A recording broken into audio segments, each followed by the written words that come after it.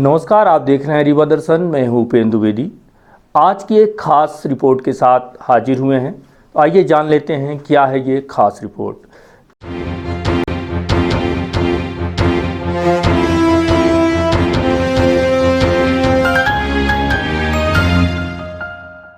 रीवा जिले में लगातार बढ़ रहे कोरोना संक्रमण को लेकर मुख्य चिकित्सा एवं स्वास्थ्य अधिकारी से रीवा दर्शन चैनल ने खास बातचीत की है। जिस तरह से लगातार संक्रमण का खतरा बढ़ता जा रहा है और निरंतर रीवा में संक्रमित मरीजों की संख्या बढ़ रही है, वह निश्चित तौर पर अत्यंत चिंता का विषय है। इस दिशा में स्वास्थ्य विभाग की क्या कुछ तैयारियां हैं, किस तरह की व्यवस्थाएं बनाई जा रही हैं, इन तमाम मुद्दों के साथ इससे निजात पाने की कड़ी में वैक्सीनेशन का भी कार्य तेजी के साथ चल रहा है। एक ओर जहां 15 से 18 वर्ष तक की उम्र के छात्रों का टीकाकरण किया जा रहा है, वहीं फ्रंटलाइन वर्करों के साथ साथ 60 वर्ष से अधिक उम्र के लोगों को भी प्रिकॉशन डोज लगाई जा रही है ताकि हम कोरोना से निजात पा सकें। निश्चित रूप से प्रदेश सरकार का भी यह संकल्प है कि हमें हर हाल में कोरोना को हराना है। कोरोना हारेगा तभी हम और हमारा देश व प्रदेश जीतेगा। तो अब इन्हीं तमाम मुद्दों को लेकर हमारे प्रतिनिधि मनीष मिश्रा ने मुख्य चिकित्सा एवं स्वास्थ्य अधिकारी डॉक्टर BL मिश्रा से बात की। आइए आपको सुनाते हैं उनका क्या कहना है और स्वास्थ्य विभाग की क्या तैयारी है। नमस्कार, मैं मनीष मिश्रा, आप देख रहे हैं रीवा दर्शन। प्रदेश और देश की तरह रीवा में भी लगातार कोरोना के केसेस बढ़ रहे हैं। कोरोना की रोकथाम कैसे होगी, जिले में क्या स्वास्थ्य सुविधाओं की व्यवस्था है और जिले में किस तरह से कोरोना संक्रमित अनियंत्रित तरीके से जिस तरह कोरोना के मरीज बढ़ रहे हैं, परसों 20 मिले थे, कल 33 मिले हैं, आगे अभी आज आंकड़ा आना बाकी है। इस समय हमारे साथ कोरोना पर चर्चा करने के लिए मुख्य चिकित्सा एवं स्वास्थ्य अधिकारी डॉक्टर BL मिश्रा जी मौजूद हैं। सर, जिले में जिस तरह अनियंत्रित तरीके से कोरोना के केसेस बढ़ रहे हैं, इस पर स्वास्थ्य सुविधाओं की क्या व्यवस्थाएं हैं? निश्चित रूप से पूरे विश्व के साथ में भारतवर्ष में भी और मध्य प्रदेश के साथ ही हमारे रीवा में भी कोविड पॉजिटिव मरीजों की संख्या बढ़ रही है और 21 तारीख से ये हमारा क्रम चालू हुआ। 21 तारीख को एक मरीज, 27 तारीख को एक मरीज, फिर 3 तारीख से लगातार ही क्रमशः बढ़ रहे हैं। जैसा कि आपने बताया कि कल हमारे 33 पॉजिटिव आ गए, परसों 20 पॉजिटिव आ गए। वर्तमान में हमारे 100 केस लगभग आ चुके हैं और ये हम सब लोगों के लिए चिंता का विषय है। और ये जो हमारा पूरा कोविड प्रोटोकॉल था पुराना, मास्क लगाना, सैनिटाइजर का प्रयोग करना, 2 गज की दूरी बना के रखना, इसका सतत रूप से ही प्रचार प्रसार किया जा रहा है। तो हम लोगों को इसको कभी भी नहीं छोड़ना चाहिए। दूसरा, ये कोविड टीकाकरण हमारा बहुत महत्वपूर्ण हथियार है इस बीमारी से लड़ने के लिए। और एक अच्छी बात है कि हमारे रीवा के जागरूक लोगों ने 95% से अधिक पहला डोज और दूसरा डोज लगवाया है। अभी हमारा 3 तारीख से 15 से 18 साल तक के बच्चों को लगाया जा रहा है टीका। इसमें से भी 1 लाख से अधिक बच्चों ने टीका लगवाया है और कुछ बच्चे अभी कुछ छूटे हुए हैं और कुछ ऐसे भी बच्चे हैं जो स्कूल नहीं जाते हैं या स्कूल जाना छोड़ दिया है किसी कारणों से। उनको भी हमारे कलेक्टर साहब के निर्देश में समस्त हमारे रोजगार सहायक, सचिव, आंगनवाड़ी कार्यकर्ता, हमारे आशा बहन जी, ये सब ढूंढ के उनको भी लगवाने का प्रयास किया जा रहा है। साथ में स्वास्थ्य कार्यकर्ता जितने हैं, स्वास्थ्य विभाग के लोग और महिला बाल विकास के लोग और फ्रंट लाइन वर्कर्स, राजस्व के कर्मचारी, पंचायत के, पुलिस विभाग, नगर निगम, नगर पंचायत के अधिकारी कर्मचारियों के लिए भी तीसरी डोज, जिसको प्रिकॉशन डोज नाम दिया है शासन ने सुरक्षात्मक दृष्टि से, ताकि हमारे लोग बच सकें। और जो ज़्यादा पब्लिक के कांटेक्ट में रहते हैं, पब्लिक के बीच में अपनी सफाई कर्मचारी सहित अन्य लोग, डॉक्टर ही हमारे इस समय जो पॉजिटिव आ रहे हैं, बहुत बड़ी संख्या हमारे चिकित्सकों की है। हमारे चिकित्सकों को भी अलर्ट रहना चाहिए और बचने की भी चिकित्सकों की संभावना कम रहती है। इसलिए PPE किट का प्रयोग करना और सोशल डिस्टेंसिंग का पालन करना, और जब हम दूसरों को सिखाते हैं तो खुद भी हमको उस गाइडलाइन का पालन करना चाहिए। हमारी सभी चिकित्सकों से अपील है और सभी को निर्देश भी है। ये नए वेरिएंट से लड़ने के लिए अस्पतालों में बेडों और स्वास्थ्य सुविधाओं की क्या व्यवस्थाएं हैं? बेड निश्चित रूप से कुल 1500 बिस्तर हमारे ज़िले में है और ऑक्सीजन बेड और आइसोलेशन बेड की भी कमी नहीं है। और आयुष्मान भारत से हमारे 2 शहर में अस्पताल हैं, रीवा हॉस्पिटल और विंध्या हॉस्पिटल।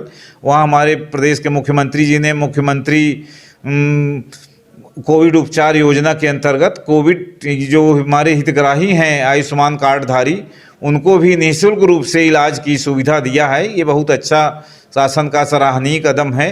और जिला अस्पताल में हमारे ऑक्सीजन प्लांट, सामुदायिक स्वास्थ्य केंद्र हनुमना में, त्योंथर में, सुपर स्पेशलिटी में, मेडिकल कॉलेज में पर्याप्त मात्रा में ऑक्सीजन की उपलब्धता ऑक्सीजन प्लांट के माध्यम से बनाई गई है। और जितने भी ऑक्सीजन हैं हमारे वो भरने की तैयारी है। हम उनको सब सिलेंडर भरवा रहे हैं और सभी ज़िले में एक कोविड केयर सेंटर हर ज़िले में एक शासन ने निर्देश दिया है। और हमारा आयुर्वेद अस्पताल में उसको हमने चिन्हित किया है। और हर विकास खंड में 10 बिस्तर का जो ऑक्सीजन पॉइंट बनाए गए हैं एक एक वार्ड में, तो उसके साथ ही ऑक्सीजन हमारे प्लांट सहित हमारे हर सामुदायिक स्वास्थ्य केंद्र में 10 बिस्तर की हमारी तैयारी है। और बच्चों का आईसीयू, बड़ों का आईसीयू, एचडीयू और ये सीबी नॉट मशीन, ये सीटी स्कैन मशीन जनरली फेफड़ों को प्रभावित करता है, तो उनके फेफड़ों की जांच के लिए सीटी स्कैन मशीन भी हमारे जिला अस्पताल में 1 सप्ताह में आ जाएगी, ऐसा मुझे विश्वास है। हमारे भवन का जिस कमरे में लगना है वो पूर्ण रूपेण बनकर तैयार हो चुका है और हमारे ज़िले में पूरी तैयारी है। और 1500 जांच हम प्रतिदिवस कर रहे हैं। सैंपलिंग जो लक्ष्य दिया है शासन ने 100% उसको हम कर रहे हैं। तीसरी लहर से लड़ने के लिए स्वास्थ्य सुविधाएं बेहतर करने की आपकी जिम्मेदारी है। लोग अभी भी मास्क नहीं लगा रहे हैं, उन्हें डर है इस बात का कि कोरोना तेजी से फैल रहा है, 1.5 से 2 गुना तेजी से रफ्तार से, क्योंकि जिले में बढ़ रहा है कोरोना। तो प्रमुख रूप से किन किन बातों को ध्यान में रखें ताकि लोग संक्रमण से बच सकें? जो हमारे शासन की मंशा है 50% के साथ ही ये छात्र आएंगे स्कूलों में, उसका पालन करना चाहिए। मार्केट में अनावश्यक भीड़ में न जाएं, ज़्यादा ज़रूरी हो तभी जाएं।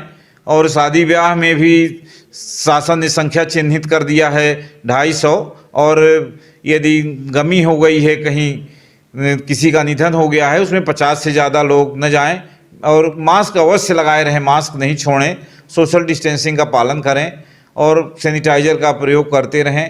हाथ न मिलाएं, गले न मिलें, दूर से प्रणाम करें, तो निश्चित रूप से कुछ हम बचे रहेंगे।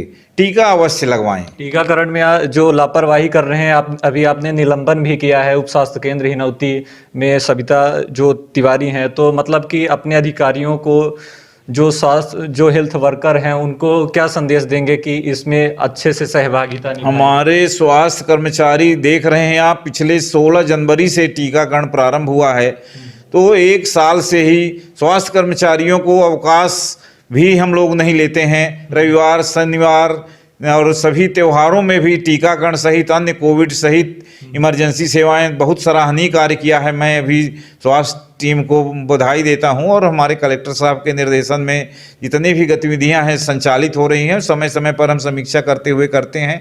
और सभी कर्मचारियों अधिकारियों को एक जिम्मेदारी दी गई है, उसका जिम्मेदारी का पालन करना चाहिए। और नर्स की उपेक्षा के कारण जो स्कूलों में टीकाकरण था वो टाइम से पहुंची नहीं और बिफोर टाइम चली गई, और प्राचार्य ने शिकायत किया कि हमारे बच्चे बैठे रह गए, वैक्सीन रखी रह गई। तो ये लापरवाही, मैंने जांच कराया, लापरवाही पाई गई तो निलंबित किया। ये प्रक्रिया है। किसी यदि समय में स्वास्थ्य सुविधाएं नहीं देंगे हम जनता को, जो इसका हमारा निर्देश है, तो मैं उसमें भी सख्त कार्यवाही करूंगा, चाहे जो भी कर्मचारी या चिकित्सक हो। तो अंत में रीवा दर्शन की तरफ से आप लोगों को क्या संदेश देना चाहेंगे? संदेश तो हमारा वही है, 100% लोगों को टीकाकरण कराएं। और जो भी समय समय पे बताया, जैसे वर्तमान में 60 साल के ऊपर ऐसे लोग जो बीमार हैं उनको तीसरा डोज लगाने के लिए निर्देश है। हमारे हेल्थ केयर वर्कर, पुलिस के लोग, नगर पालिका, नगर पंचायत के, राजस्व विभाग के, पंचायत विभाग के सचिव, रोजगार सहायक, स्वास्थ्य विभाग के समस्त चिकित्सक, नर्सिंग स्टाफ, पैरामेडिकल स्टाफ, सबको लगाने का निर्देश है। इनको हम लगा रहे हैं टीका, और ये सब लगवाएं। दूसरा, कोविड प्रोटोकॉल का पालन करें, तो निश्चित रूप से जिस गति से बढ़ रहा है, यदि होगा तो टीका यदि लगा रहेगा तो इतना गंभीर नहीं होगी बीमारी।